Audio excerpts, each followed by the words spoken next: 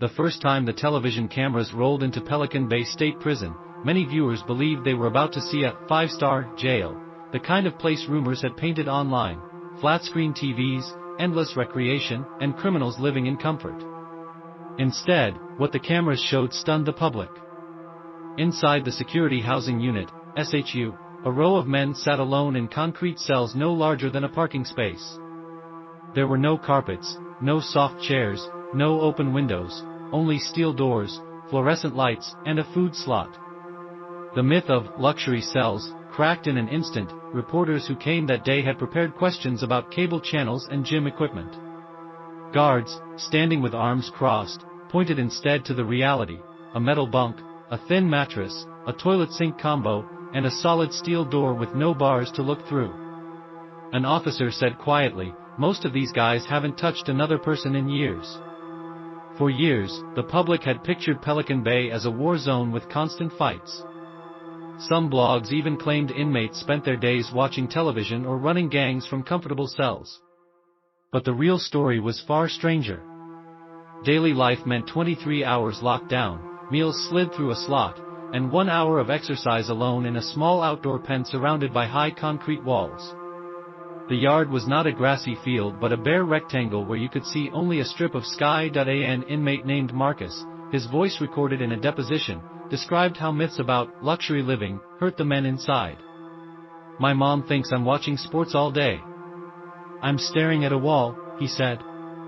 "I've been here 12 years. Another testified that even reading material was limited and closely screened. Advocacy groups used these accounts in reports and lawsuits to show the gap between myth and reality. As the cameras moved through the corridor, viewers could see how movement was tightly controlled. Inmates were escorted one at a time in handcuffs and shackles, with 2 officers for every prisoner. No mingling, no yard full of weight benches or picnic tables, just silence and concrete. A correctional officer explained how even mail was opened and scanned for codes, because myths about easy communication were false too, yet the myths persisted. On talk radio, callers said, "They're living better than our soldiers." On social media, photos of other prisons were mislabeled as Pelican Bay to inflame outrage. The prison's warden at the time gave a rare interview: "This is a Supermax facility. It's built for control, not comfort." But while the myths about luxury and freedom were false, the myth about nonstop violence wasn't exactly true either. There had been riots and assaults in the general population, yes, but the SHU's isolation prevented daily brawls. Instead, the harm was mostly invisible: long-term isolation eroding mental health. Court-appointed psychologists documented depression, anxiety, and hallucinations among men held for decades. During one filmed tour, a camera caught an inmate pacing in a cell, reciting numbers under his breath. Another sat perfectly still, staring at the door slot. A guard whispered to the reporter, "This is what happens when you're alone for years. They disappear inside themselves." Just as the tour was ending, a loud clang echoed down the corridor. A cell door had jammed during a rare movement call. Officers rushed toward the noise while the camera kept rolling. Viewers saw inmates press their faces to the small perforated window of each steel door, trying to see what was happening. For a moment the controlled silence cracked into chaos: alarms, boots, radios. No one yet knew if it was a technical failure or something more. The screen faded on the image of the jammed door and the words, "Tob can't." Enude, appeared. Red lights flashed above the corridor as the jammed SHU door refused to close. A siren pulsed softly, not the deafening riot alarm people imagine, but a steady warning tone. 2 correctional officers approached slowly, radios crackling. Inside his cell, Marcus stood on tiptoe to glimpse the commotion through his narrow perforated window. For viewers at home, this was the first unscripted moment of tension, proof that even in the most controlled prison, things could go wrong. A supervisor keyed a panel and the door finally shut with a heavy clang. The siren stopped. No riot, no ambush, just a mechanical glitch. The officers exchanged a glance and moved on. "People think it's chaos every day," one guard later said. "It's mostly monotony, but the stress never leaves." This scene undercut another myth: the idea of non-stop action and violence.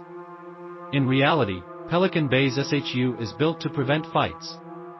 Prisoners rarely see one another.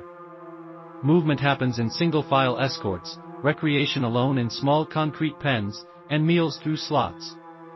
The danger is always there, but it's not what Hollywood shows.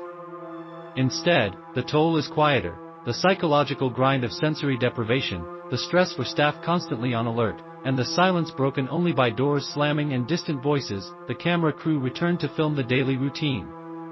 Breakfast trays slid through metal slots at 5 a.m. Inmates passed time reading, doing push-ups, or pacing.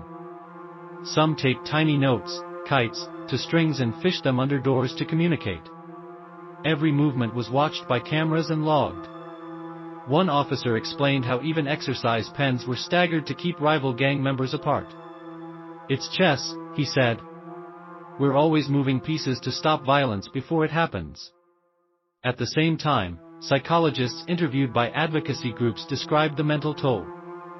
Men reported hallucination, paranoia, and deep depression after years of isolation. These findings were included in lawsuits and reports to challenge the idea that they have it easy. One expert said, "It's the opposite of luxury, it's sensory deprivation."